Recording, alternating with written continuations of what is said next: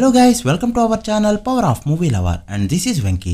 Indian సినిమాకి overseas లో market అనేది 90s నుంచే ఉన్నా 2000 నుంచి అది ఇంకా బాగా పెరిగింది. అబ్రాడ్ కంట్రీస్ లో మార్కెట్ ఎంత స్ట్రాంగ్ అయితే ఉందో చైనా, జపాన్ వంటి కంట్రీస్ లో ఉన్న మార్కెట్ మాత్రం అంతంత మాత్రమే. బట్ 90s లో ఎప్పటి నుంచి అయితే రజనీకాంత్ సినిమాలు జపాన్ లో డబ్ అవడం స్టార్ట్ అయ్యాయో ఇండియన్ సినిమా మార్కెట్ అక్కడ కూడా పెరుగుతూ వచ్చింది. ఈ రోజు అక్కడ ఏ సినిమా ఎలా పర్ఫార్మ్ చేసినా ఆ మార్కెట్ ని క్రియేట్ చేసిన రియల్ సూపర్ స్టార్ మన రజనీకాంత్. జపాన్ లో అభిమాన సంఘాలున్న ఓన్లీ ఇండియన్ హీరో కూడా రజనీకాంత్. రజనీ క్రియేట్ చేసిన మార్కెట్ ని తర్వాత ఏ తమిళ హీరో కూడా అక్కడ యూజ్ చేసుకోలేకపోయినా బాలీవుడ్ మాత్రం బాగా యూజ్ చేసుకుంది. అయితే రజనీ తర్వాత సౌత్ ఇండియా నుంచి రామ్ చరణ్, ప్రభాస్ అండ్ ఎన్టీఆర్ ఇక్కడ మంచి ఫాలోయింగ్ తెచ్చుకున్నారు. అండ్ చరణ్, ఎన్టీఆర్ క్రేజ్ ఇక్కడ ఆల్మోస్ట్ రజనీకి ఈక్వల్ గా ఉందని చెప్పొచ్చు. సో లేట్ చేయకుండా అసలు జపాన్ లో ఎక్కువ కలెక్ట్ చేసిన ఇండియన్ సినిమాలు ఏంటో క్లియర్ గా తెలుసుకుందాం పదండి. దీన్ని సిరీస్ లా చేస్తూ ఒక్కో కంట్రీ హైయెస్ట్ గ్రాసెస్ పై సెపరేట్ గా వీడియోస్ కావాలంటే ఖచ్చితంగా కామెంట్ చేయండి, సెపరేట్ గా సిరీస్ చేద్దాం. వీడియోలోకి వెళ్ళే ముందు ఒక చిన్న రిక్వెస్ట్, మన ఛానల్ ని కొత్తగా ఎవరైనా విజిట్ చేస్తుంటే ఒకసారి ఛానల్ లోని కంటెంట్ చూసి నచ్చితే సబ్స్క్రైబ్ చేసుకుని మాకు సపోర్ట్ చేయండి.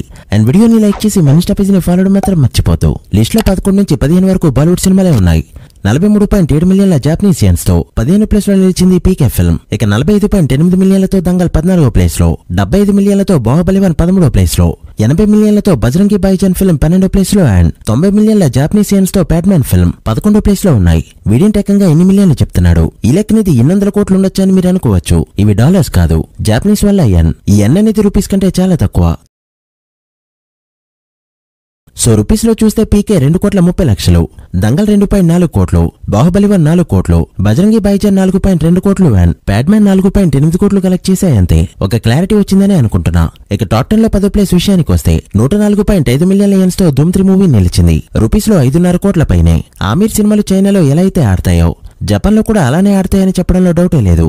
ఇక 9th ప్లేస్ విషయానికి వస్తే 110 మిలియన్ల జాపనీస్ యెన్స్ తో రోబో మూవీ నిలిచింది. ఇది రిలీజ్ అయింది 2010లోనే అయినా జపాన్ లో 2012లో రిలీజ్ అయిన ఈ ఫిల్మ్ అప్పటికక్కడ all time top 2 highest grosser గా నిలిచింది. రూపీస్ లో 5.8 కోట్లు. ఇక 8th ప్లేస్ లో నిలిచింది ది లంచ్ బాక్స్ ఫిల్మ్. ఇది జపాన్ లో 2014లో రిలీజ్ అవగా 130 మిలియన్ యెన్స్ తో అక్కడ సూపర్ హిట్ అయింది. రూపీస్ లో చూస్తే 7 కోట్లు. ఇక 7th ప్లేస్ విషయానికి వస్తే mega power star Ram Charan Magadheera movie నిలిచింది. రిలీజ్ అయింది 2009లోనే అయినా జపాన్ లో 2018లో రిలీజ్ అయిన ఈ ఫిల్మ్ జాపనీస్ ని థ్రిల్ చేసిందని చెప్పొచ్చు. తన పర్ఫార్మెన్స్ తో అందరినీ ఆకట్టుకున్నాడు చరణ్. దాంతో ఈ మూవీ 130 మిలియన్స్ కి పైగా యెన్స్ తో దుమ్ము లేపింది. రూపీస్ లో 7 కోట్ల రేంజ్ లో ఉంటుంది. ఇక 6th ప్లేస్ లో నిలిచింది ప్రభాస్ సాహో ఫిల్మ్. 2020లో జపాన్ లో రిలీజ్ అయిన ఈ ఫిల్మ్ 131 మిలియన్ల జాపనీస్ యెన్స్ తో 7 కోట్ల పైన గ్రాస్ తో జపాన్ లో మంచి హిట్ అయింది. బాహుబలి సిరీస్ తెచ్చిన ఫేమ్ ఈ సక్సెస్ కి బాగా హెల్ప్ అయిందని చెప్పొచ్చు.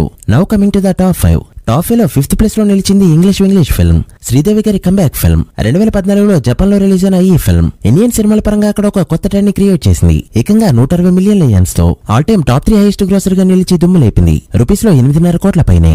2014లో ఒక lady oriented Hindi film Japan లో 8.5 కోట్ల గ్రాస్ కలెక్ట్ చేయడం అంటే చిన్న విషయం కాదు. ఇక 4th ప్లేస్ లో నిలిచింది 3 ఇడియట్స్ ఫిల్మ్. ఇండియాలో రిలీజ్ అయిన 4 ఏళ్ల తర్వాత 2013లో జపాన్ లో రిలీజ్ అయిన ఈ ఫిల్మ్ ఏకంగా 170 మిలియన్ యెన్స్ తో సూపర్ హిట్ అయ్యి అమెరికా అక్కడ మంచి మార్కెట్ ని క్రియేట్ చేసింది. ఇక 3rd ప్లేస్ చూసుకుంటే Rajamouli unexpected block buster film Baahubali 2 నిలిచింది. ఇండియాలో రిలీజ్ అయిన ఎగ్జాక్ట్ గా 1 ఇయర్ తర్వాత 2018లో జపాన్ లో రిలీజ్ అయింది ఈ ఫిల్మ్. బాహుబలి 1 అక్కడ కూడా పెద్ద హిట్ అవడంతో జాపనీస్ అంతా ఈ మూవీ కోసం ఈగర్ గా వెయిట్ చేశారు. దాంతో 300 మిలియన్లకి పైగా యెన్స్ తో all time top 2 highest grosser గా నిలిచింది ఈ ఫిల్మ్. ఇక 2nd ప్లేస్ విషయానికి వస్తే ఇండియన్ సినిమాకి జపాన్ లో మార్కెట్ క్రియేట్ చేసిన ముత్తు ఫిల్మ్ నిలిచింది. ఇండియాలో రిలీజ్ అయింది 1995లోనే అయినా జపాన్ లో 1998 ఏప్రిల్ 3న రిలీజ్ అయింది ఈ ఫిల్మ్. ఇప్పటికే చాలా సార్లు జపాన్ లో రీ రిలీజ్ అవగా ఓవరాల్ గా 450 మిలియన్ల జాపనీస్ యెన్స్ తో దుమ్ము లేపింది. రూపీస్ లో ఇది 24 కోట్ల పైనే. ఈ రికార్డ్ బ్రేక్ అవడానికి 22 ఏళ్ల టైం పట్టిందంటేనే అర్థం చేసుకోవచ్చు జపాన్ లో ఈ మూవీ ఎలాంటి సెన్సేషన్ ని క్రియేట్ చేసిందో. ఇక 1st ప్లేస్ విషయానికి వస్తే ఇక ఇప్పట్లో ఏ ఇండియన్ మూవీ బ్రేక్ చేయలేని విధంగా,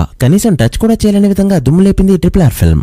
1 కాదు 2 కాదు, ఏకంగా 2.345 బిలియన్ల జాపనీస్ యెన్స్ తో ఇక ఫ్యూచర్ లో ఏ మూవీ బ్రేక్ చేయలేని విధంగా ఆల్ టైమ్ రికార్డ్స్ తో మూత మోగించింది. 22 ఏళ్లుగా టాప్ లో ఉన్న ముత్తుని బ్రేక్ చేస్తూ ఏకంగా 5 మార్జిన్ బ్రేక్ చేయడం చిన్న విషయం కాదు. రూపీస్ లో ఇది 140 కోట్ల పైనే. అలానే ఈ మూవీ అక్కడ ఫుల్ రన్ లో చాలా రికార్డ్స్ పెట్టింది. ఫస్ట్ వీకెండ్ 35 మిలియన్ల యెన్స్ తో టాప్ లిస్ట్ లో ఉండగా 3rd వీకెండ్ 31 మిలియన్లు, 6th వీకెండ్ 22 మిలియన్లు, 14th వీక్ 67 మిలియన్లు, 15th వీకెండ్ ఏకంగా 70 మిలియన్లు, 16th వీక్ అయితే అసలు ఎవరు బ్రేక్ చేయలేని విధంగా 85 మిలియన్ల యెన్స్ తో దుమ్ము లేపిన ఈ ఫిల్మ్ 17th వీకెండ్ కూడా 45 మిలియన్ల యెన్స్ తో ఫుల్ రన్ లో చాలా రికార్డ్స్ పెట్టింది. ఇందులో ఏ రికార్డ్ కూడా ఇప్పట్లో బ్రేక్ అవ్వకపోవచ్చు. ఒకవేళ బ్రేక్ అయితే అది దేవరా ఆర్ గేమ్ చేంజర్ కి ఫస్ట్ వీకెండ్ రికార్డ్ బ్రేక్ చేసే ఛాన్స్ ఉందంతే. 2.345 బిలియన్ కలెక్ట్ చేయడం అంటే చాలా కష్టం.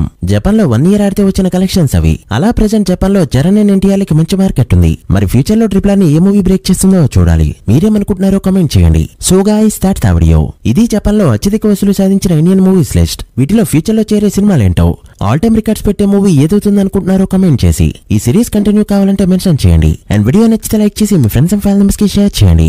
మరొక ఇంట్రెస్టింగ్ వీడియోతో మళ్ళీ కలుద్దాం. అప్పటి వరకు signing off power of movie lover. Thank you.